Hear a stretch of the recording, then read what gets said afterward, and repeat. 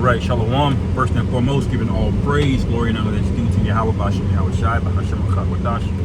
Double honors to the elders and apostles at Great Millstone. Shalom to all you brothers out there preaching this word in truth and sincerity, man. And we don't have much longer here, man. You know, you see the brothers got the articles out in the news for brothers that are in the know that see all of these things that are going on, man.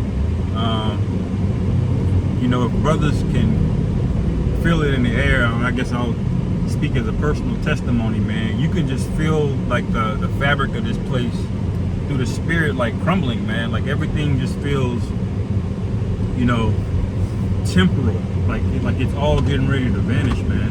You know, and I don't know if that's just because, you know, time is passing differently, and there's all types of other, you know, factors and all of these things, but you know, ultimately, you know, the Lord said He would give us, you know, more insight than He would the average person, man. That's why we're regarded as the children of light.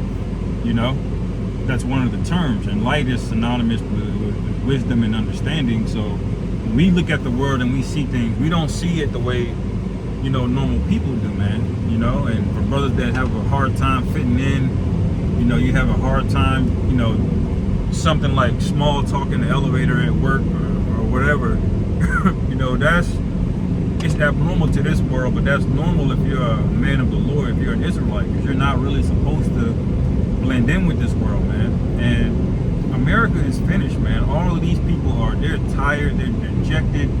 I'm talking about from the women I talk to, from the people I work with at work, all right, to the people I'm talking with at the grocery store. Like, everybody's just out of it, man, you know? And we're tired of it too, but we have a strong, robust reservoir of energy when these prophecies start happening, man. All of our tiredness and fatigue, it's all associated with this fucking place, man. It's all associated with this fucking world. And we even see it when we go out to camp, right? You get a glimpse of the kingdom when you start bringing out precepts. That energy come back to you, man. And when all hell breaks loose, that's gonna be the first. We're gonna see the door open into the kingdom, man. All right, that veil of that covering cast I love to speak about. All right, we're gonna see it, man. We're gonna literally see it. All right, all of the spooky stuff that's spoken about in Wisdom of Solomon 17. All of the apparitions and the spooky stuff that people, that all of those things are gonna manifest themselves soon. All right, and I believe we are feeling part of it now, and Esau's not going to be able to articulate it, man. The scripture said that he's basically going to embarrass Esau in his wisdom. All right, he's made the scriptures, roughly paraphrasing, he's made the wisdom of this world made foolish, roughly paraphrasing. All right, going back to that movie Oppenheimer, you can see how proud those devils were. This is the most important moment in the history of the world. You could just feel how, you know, how proud they were, you know, and all of the shit that they were doing, man. But they don't realize the Lord set them up to do that, man, you know. And it's for this very time, because the scriptures say that behold, the second woe has come and the third woe cometh quickly. Now the three woes in Revelation, brothers that don't know, is speaking really about the 3 world wars. All right, and how did the 3rd World War come quickly, man? Basically, when they decided to nuke Japan and not Russia, and started that whole Cold War, that was the beginning of World War III. That's when the nuclear arms race began, man. All right, and so we're basically, the Lord has been accelerating time ever since then. All right, that's when you started seeing the Israelites really wake up. That's when you get the beginning of One West and Abba Bivens, you know. And now we're at that time where this place is ripe, man. It's ripe for reaping, man. All right, the scriptures speak about the reaping that he's going to do in Revelation. All right, it speaks about the men that will be on the threshing floor.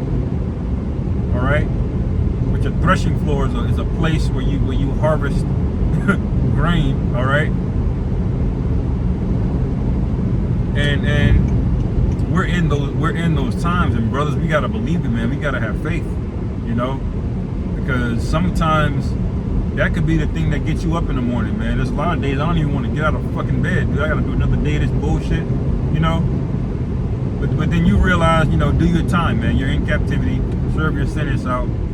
You know, gird up your loins like a man, as they say, and take it on the chin, man. Because you know what? It could be way, way worse, man. The Lord could just pluck you out of His hand, man. You know, and if the Lord does that, you praying the kingdom never come, because the judgment is going to be so horrific. You know.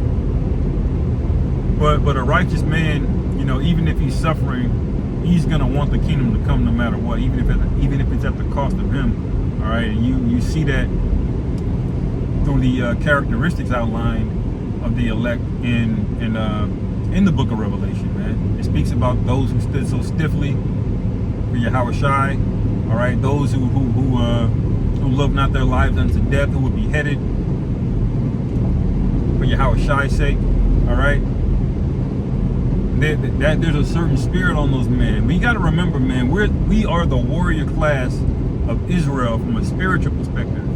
All right, we're not in the season of carnality. When Yahushua gets back, oh hell yeah, it's gonna be hella carnal judgment when Yahushua returns. Why? Because the scriptures tell you that Yahushua said it, man. He said, you know, if this were my kingdom, my servants would fight. So this past time, it wasn't time to fight. All right, it was time to get out. It was time to wage a spiritual war, man, for souls. All right, the season of fishing, if you will. All right, but now that's over. Now when He returns, now this is the kingdom where we're gonna fight, man. And once we get through that first fight, we're not gonna have to deal with no more war, no nothing, man. Every nation's gonna be put in a fucking place where they belong. All right, we don't have long until this shit pops off. Not shit, Salakia. This is the greatest climactic event in the history of creation, man. All right, a very meticulously written and detailed script. Every brother's path that you're gonna take in Jacob's trouble, that's all written out already for you, man. All right, that's where faith comes in. We just have to have faith that we're of that number of the elect, man. We rest in hope, man. All right. And what is the thing that pacifies that anxiety that we have with hope? All right. It's having that patience, man. You know, patience and faith, man. The scriptures speak about that often. You know, the last thing you want to do now in these days is get weak. All right, if you're feeling faint, you're feeling weak, pray, man. Call brothers, fast, you know. And you know I say the same thing every time. But ultimately, man, we really don't have long. These banks are getting ready to collapse. These political figures are wilding out. You got the WEF is openly making their plan. These things have all been already basically made the news, so to speak, because alternative news has low-key become the new mainstream news. Nobody's watching CNN anymore, man. Most of the views are people are getting them off of YouTube. And that's one of the reasons Esau's cracking down with the algorithms on spaces like YouTube and Twitter and all that nonsense, you know? Because they know that media that they created, which is that